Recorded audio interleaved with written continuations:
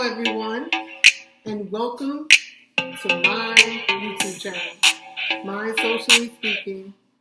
Yep, I'm Sunny Day, the author of Social Work Drama, you know me, representing as a supernatural woman, my church back home, New York City, life in this poetic form.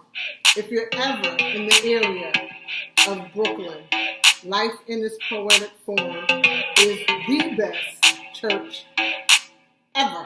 Sorry, hands down, it is. So if you're ever in Brooklyn, you gotta stop by Life in this Poetic Form. And shout out to this girl I met at the Mac counter that introduced me to Aaliyah's new black lipstick. They call it Granite. So I tried it on today. And shout out to the nail guy too, the nail salon guy that put this sparkle stuff. Plain basic manicure. This is not a beauty beat today, but I just wanted to shout him out. This is a very plain, basic, old school, regular manicure. Just wanted to show it to you. I'm kind of postponing today's subject because I don't want to ignore a very important subject, which is, I already covered it a couple of weeks ago, work-related drama, work-related stress, saga, trauma at work. And recently, as you guys know, there was another mass shooting at a place of business. So I feel the need to briefly revisit it. I know these topics are difficult to explore. I know these are topics that we don't really even want to discuss, but we must. We have to. We basically have no other alternative. Trust me, I promise you, we really have to talk about these issues. And when I say to you that we literally have one another's hearts in our hand, I mean that. I'm not just saying it, just doing it. We really, really do. So I just want to lightly review a few things and maybe even introduce or reintroduce a few things to people about a person that's at work, possibly, or a person at work that is struggling, a person at work that could be mentally unstable. And how you approach that person or how you respond to that person, it varies extremely because it depends on how you have to interact with that particular person at work and whatever their role is.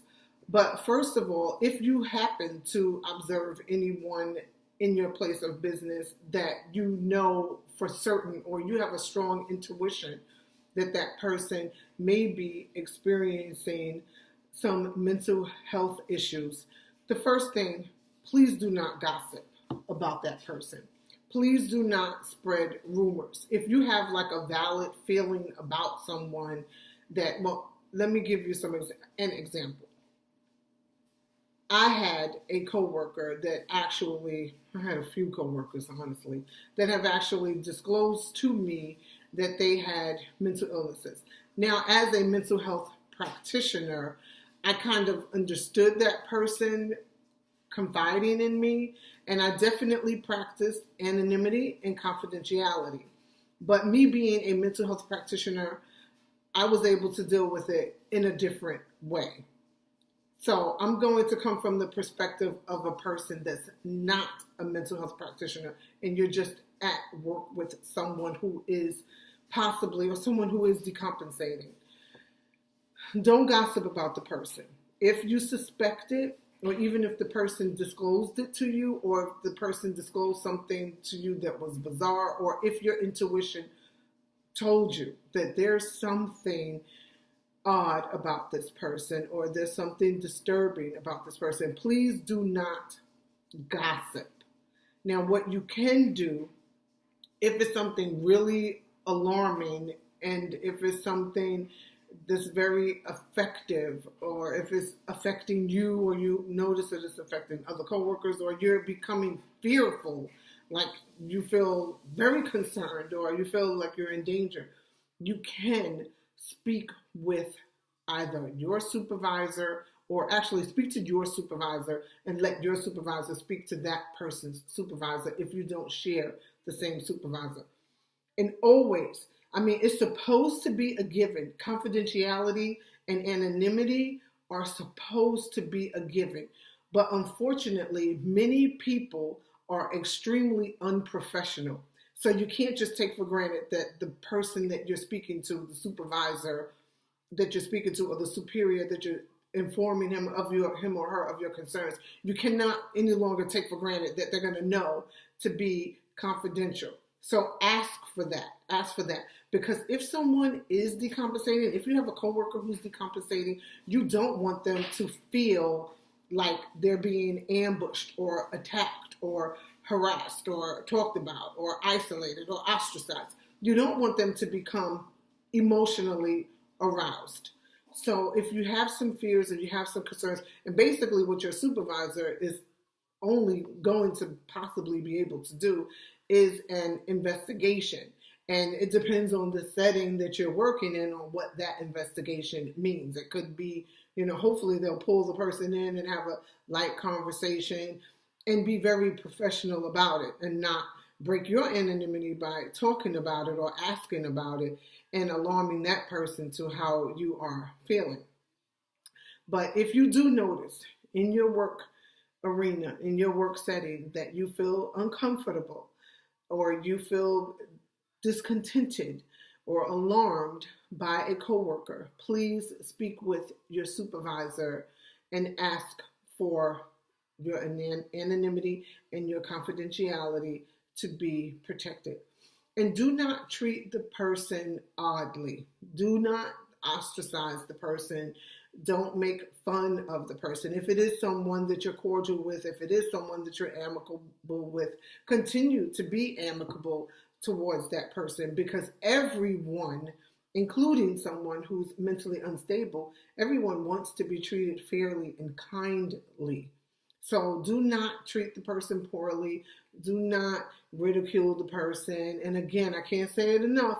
Do not gossip about them or make fun of them or make the person feel uncomfortable. So if you observe that type of person in your work setting that seems mentally disturbed, continue to treat them kindly, continue to treat them fairly, and continue to be respectful towards that person, even after you have spoken with your supervisor in regard to your feelings about, I feel a little unsafe around this person, or sometimes the supervisor might even know of the person's condition and they can't break their anonymity, but they can reassure you, oh, he's fine, she's fine, everything's fine, because they already may know. Different settings have different policies on these types of behaviors, but don't treat the person differently.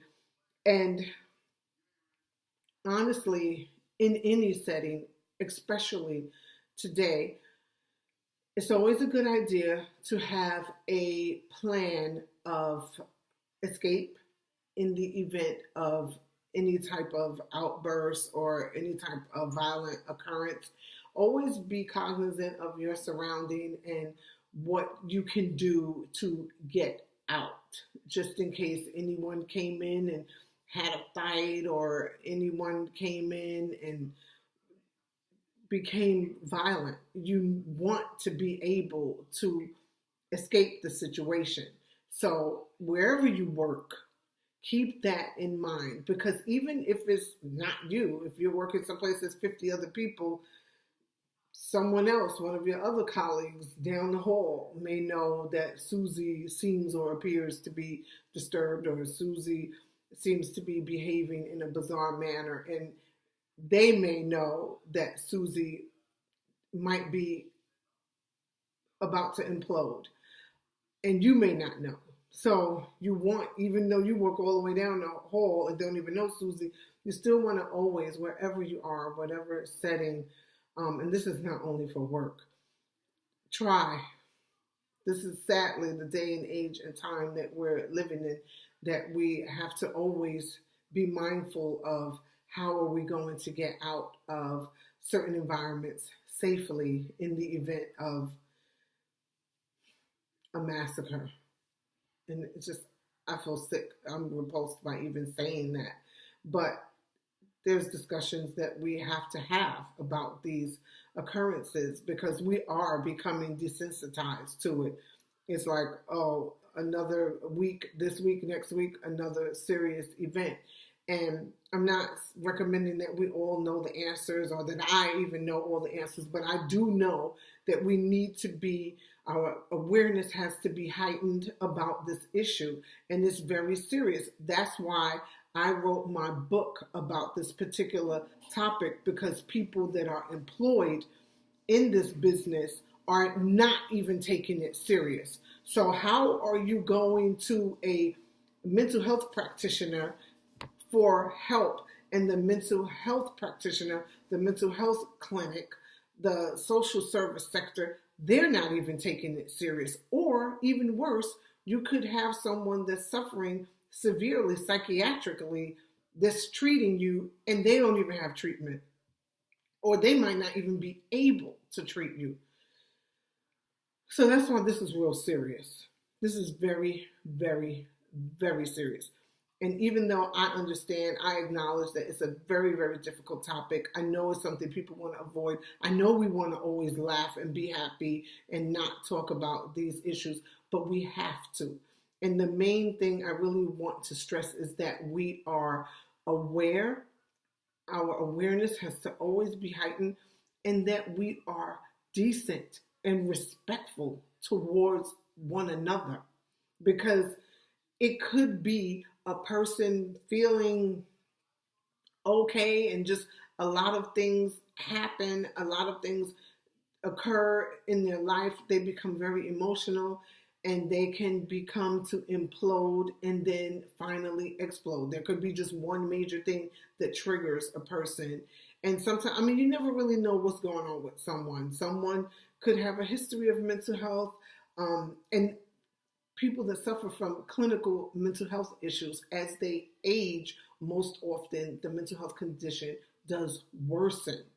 So you really have to be careful about how you treat people that you, whether you know or you don't know, because sometimes you might not know.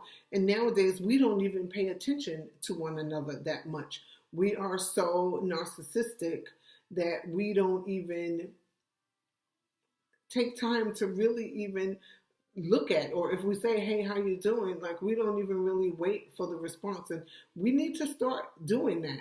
We need to start paying attention to what one another is thinking and feeling and saying. What is it going to take away from you to say, good morning, Susie, and actually listen to what Susie says? Susie might say, I had a really bad day. I mean, pain shared is still pain lessened. Many times people don't have anyone to even listen. And I mean genuinely listen. Not just listen, go in one ear and out the other. Because we all want someone to care about us. That's human nature. We're not wrong to feel like, I wish somebody cared about me. That's not wrong. It is wrong that we don't show genuine care to one another. And many, many times, believe it or not, that could be at least a strong part of the resolution towards someone actually going as far as to committing a very detrimental act. Many people that have committed severe mass murders and shootings have been people that have been made fun of. Not saying that everyone, but they've been people that have been ostracized, and people that have been pushed to the side, disregarded, made fun of, disrespected, avoided, annoyed. And I mean, you might think that, oh, that's not a strong enough reason to become so, to act out till you get to the point when you do something like that. But those are contributing factors. Not saying they're solely the reasoning. Of course, if you get to the point where someone has actually commits that type of crime. Of course, it is a clinical issue at that point. It's a severe mental health issue. Um, but some of it can be, at least to some degree, some of it can be avoided. And again, I don't know the 100% back issue, all the specifics on this story of the mass shooting on Thursday, but I do know we need to heighten our awareness. I do know that we need to show much more care and concern towards one another and for one another. And I'm going to keep doing that. I'm going to try to stay in the moment every day and try to pay attention. And even when I'm annoyed, try to be patient and try to be tolerant and try to be understanding of others. And just remember that we don't know what someone else is struggling with. So we need to not disregard people. We need to pay attention and show some genuine care and concern. So I'm going to keep talking about these issues, whether they arise or not. I pray to God that they begin to lessen, but I'm going to always remind myself and us to care about each other and to show some genuine concern about each other, because that will take us very far. It always has. It always has. And then when we don't do that, we don't get very far. We hurt people. So we know that. So we need to embrace one another. And we can always do something to help. And if you have a friend that you do know that your friend might seem like they have a serious diagnosable mental health issue, have a light discussion with them if you're so inclined, if you're comfortable, and try to encourage them to seek help or try to lead or direct them in a loving, gentle, respectful, kind, considerate, caring way. And if you don't feel like you can do it, if they don't seem approachable, maybe if you know another trusting, good friend or family member, you can make that recommendation to them. And again, in confidence and anonymously, because you want to treat people with respect and you want to treat them gently. Okay? So I'm going to always revisit this topic. I'm going to stop talking about it right now, but I just want you to think to yourself about what I have said. And if you have questions, if you have comments, please let me know, and we can work on this together. And as always, we literally have each other's hearts in our hands. Until next time, stay blessed.